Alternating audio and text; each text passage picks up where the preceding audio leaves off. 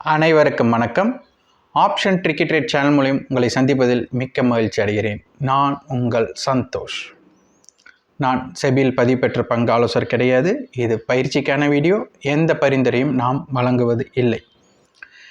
நிறைய பேர் பார்த்திங்கன்னா, எல்லாருமே பார்த்திங்கன்னா ஒரு பிரேக் அவுட் ஸ்ட்ராட்டஜி அப்படின்னு பின்பற்றுவாங்க. ஏன்னா ஒரு பிரேக் அவுட் ஆனதுக்கப்புறம் ஒரு முக பயணம், ஒன் சைடு இம்பேக்ட் கிடைக்கலாம் அப்படிங்கிற எதிர்பார்ப்பில் தான் வியாபாரம் செய்ய முற்படுவாங்க. காரணம் என்னென்னா, அந்த இடத்துல சக்ஸஸ் கிடைச்சதுன்னா ஒரு இம்பேக்ட் இருக்கும் அப்படிங்கிற அடிப்படையில் தான். அந்த இம்பேக்ட் நாம் எப்படி தெரிந்து கொள்வது அப்படிங்கிறதை கண்டிப்பாக அனைவருமே ஆய்வு செய்ய வேண்டிய கட்டாயத்தில் இருக்கும். ஏன்னா அதுதான் உங்களுக்கு உண்டான ஒரு தாக்கம். அது ஆப்ஷன் வியாபாரத்துக்கு உண்டான தாக்கத்திற்கு அது ரொம்ப ரொம்ப முக்கியம். அப்போது அந்த இம்பேக்ட் நம்மளுக்கு மோனோபோலியோ இருக்கணும். அதாவது எதிரியை நாம் கட்டுப்படுத்தக்கூடிய சக்தியாக இருந்தால் மட்டும்தான் அது ஒன் சைடு. நீங்கள் சொன்னதை மட்டும்தான் கேட்க போகுது. சந்தை பிரேக் அவுட்டில் ஒன் சைடாக போகணுன்னா நீங்கள் சொன்னது தான் நடக்கணும் அப்படின்னா அப்போ உங்களுடைய தாக்கம் இருக்கணும். அதனை நாம் எப்படி அறிந்து கொள்வது அப்படிங்கிறது ரொம்ப முக்கியம்.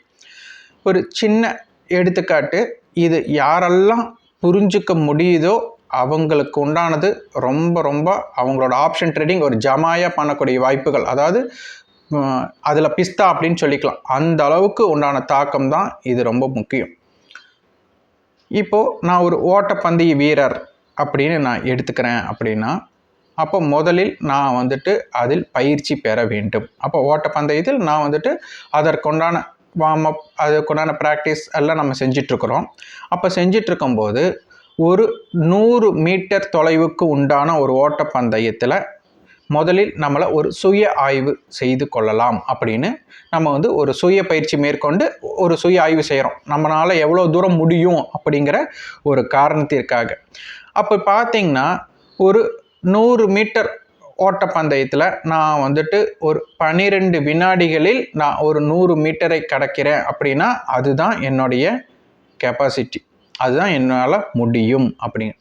அப்போ அந்த 12 வினாடியை நான் திருப்பி மீண்டும் பயிற்சி செய்து அது ஒரு 10 வினாடிகளாக மாற்றுகிறேன். அதாவது 12 வினாடியில் நம்ம அந்த எல்லையை அடைந்த நேரத்தில் ஒரு 10 வினாடி, 2 வினாடிக்கு முன்பே அந்த எல்லையை நான் கடக்கிறேன் அப்படின்னு நான் என்னையே சுய மேம்பாடு செய்து கொண்டதாக, அதாவது என்னுடைய செல்ஃப் ரெக்கார்டை நம்ம முறியடிச்சிருக்கோம். அப்போ நான் இம்ப்ரூவ்மெண்ட் ஆகியிருக்கேன், என்னை நான் மேம்படுத்தி உள்ளேன் அப்படிங்கிறது தான் இதில் ரொம்ப ரொம்ப முக்கியம். அப்படி தான் நம்ம எடுத்துக்கலாம். ஆனால் இது ரெக்கார்டா அப்படின்னு கேட்டால் நம்மளுக்கு மட்டும்தான் ரெக்கார்டா வெளியே, வெளியில் அது ரெக்கார்டா இல்லையான்னு தெரியாது. அப்போ அது வெளியில் ரெக்கார்டா இருக்குது, அதாவது நம்ம தான் சிறப்பு வாய்ந்தவர்கள் அப்படின்னு நம்மளால் சொல்லிக்க முடியும் அப்படின்னா நம்மளுடைய போட்டியாளர்களாக யாராவது இருந்து அந்த போட்டியாளர்கள் நம்மை விட வினாடிகளில், குறைந்தபட்ச வினாடிகளில் அதை அடைந்துள்ளார்களா அப்படின்னு நம்ம தெரிஞ்சிருக்கணும். அப்போது ஒருவர் 6 வினாடிகளில் 100 மீட்டர் எல்லையை கடந்திருக்காங்கன்னு ஒரு எடுத்துக்காட்டுக்காக வைத்தால், அப்போது நம்ம 12 வினாடியிலேருந்து 10 வினாடி அப்படிங்கிறத ஒரு நான் மேம்பாடாக எடுத்துக்கிறேன் சுயமாக. ஏன்னா செல்ஃபாக என்னால் முடிஞ்சது பார்க்கும்போது அது ரெக்கார்டா அப்படின்னு கேட்டால் கிடையாது. அப்போ அந்த இடத்துல நம்ம மோனோபோலியோ அப்படின்னு கேட்டால் கிடையாது. அப்போது ஒரு பிரேக் அவுட் அப்படிங்கும்போது நம்மளுடைய ரெக்கார்டை நம்மளே முறியடிக்கிறது ரெக்கார்டு கிடையாது.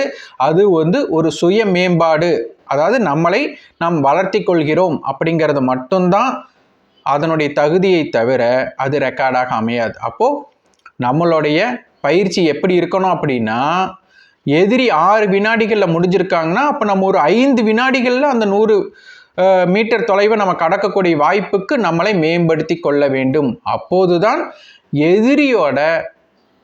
எதிரி அப்படிங்கிறது எதிரியாக நம்ம எடுத்துக்கூடாது, நம்ம போட்டியாளர். அப்போ நம்மளோட போட்டியாளரோட ரெக்கார்டை நம்ம முறியடிக்கிறது தான் ஒரு தனி சிறப்பு. அப்போ தான் நீங்கள் ஒரு மோனோபோலியாக இருக்க முடியும். அப்போ தான் நம்ம வெற்றி பெற்று நம்ம வெற்றி நிலைக்கக்கூடிய வாய்ப்பு இருக்கும். அப்போது உங்களுடைய ஒவ்வொரு பிரேக் அவுட்லேயும் நீங்கள் உங்களுடைய போட்டியாளர்களை வெற்றி பெற்றால் மட்டும்தான் அது ஒன் சைடு மார்க்கெட்டாக அமையுமே தவிர உங்கள் போட்டியாளர்களை தேர்ந்தெடுக்கக்கூடிய சிறப்பு உங்கள்கிட்ட இருக்கணும். அப்போது ஒவ்வொரு கால் ஸ்ட்ரைக்குக்கும் ஒரு புட்டு தான் வந்து போட்டியாளர்.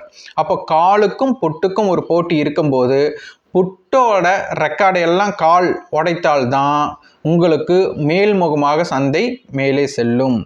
அதே மாதிரி காலோட ரெக்கார்டெல்லாம் புட் ஆப்ஷன் உடைச்சா தான் மார்க்கெட் நல்லா கீழே போகிறதுக்கு வாய்ப்பாக இருக்கும். அப்போ காலோட ரெக்கார்ட் புட்டு முறியடிக்காமல் புட்டோட ரெக்கார்டு கால் முறியடிக்காமல் இருந்தால் மார்க்கெட் வந்துட்டு ஒரு வால்டையில் தான் இருக்கும். அப்போது ஒரு போட்டியாளர்களோட தன்மை என்ன, அவர்களுடைய பலம் என்ன, அவரோட பலவீனம் என்ன, அப்போ அவங்க ரெக்கார்டு என்ன, நம்மளுடைய ரெக்கார்டு என்ன. அப்போ நிறைய பேர் ஃபெயிலியர் பார்த்தீங்கன்னா ஒரு yesterday high yesterday low break அவுட்டில் ட்ரேட் பண்ணுவாங்க. அப்போ நம்ம சொன்னதை யோசிச்சு பாருங்கள். எஸ்டர்டே ஹை அப்படிங்கிறது நம்மளுடைய ரெக்கார்டு. அப்போ நம்மளோட ரெக்கார்டை நம்ம முறியடிக்கிறது அப்படிங்கிறது வந்து ஒரு சுய மேம்பாடு தான். அப்போது செல்ஃப் இம்ப்ரூவ்மெண்ட் தான். அப்போ அதனால ஒரு ரெக்கார்ட் படைக்க முடியுமானா கண்டிப்பாக கிடையாது. அப்போது அந்த ரெக்கார்டை போட்டியாளர் பண்ணியிருக்க கூடாது. அப்போ அதனை அறிந்து வியாபாரம் செய்த ரொம்ப முக்கியம். அதுதான் உங்களுக்கு சக்ஸஸ், அதாவது ஒரு பிரேக் அவுட்டை வந்து சக்ஸஸ் பண்ண முடியும். அதனால் இதில் உங்களுடைய ஆய்வை நன்றாக மேற்கொள்ளுங்கள். அப்போதுதான் உங்களுக்கு பிரேக் அவுட் சக்ஸஸ் பண்ணி உங்களுடைய வியாபாரத்தை வெற்றியாக மாற்ற முடியும். இந்த வீடியோ உங்களுக்கு பயனுள்ளதாக இருந்தால் லைக் பண்ணுங்கள், ஷேர் பண்ணுங்கள், சப்ஸ்கிரைப் பண்ணுங்கள். கண்டிப்பாக உங்கள் ஃபீட்பேக்கை கமெண்ட் பாக்ஸில் பதிவு பண்ணுங்கள். நன்றி, வணக்கம்.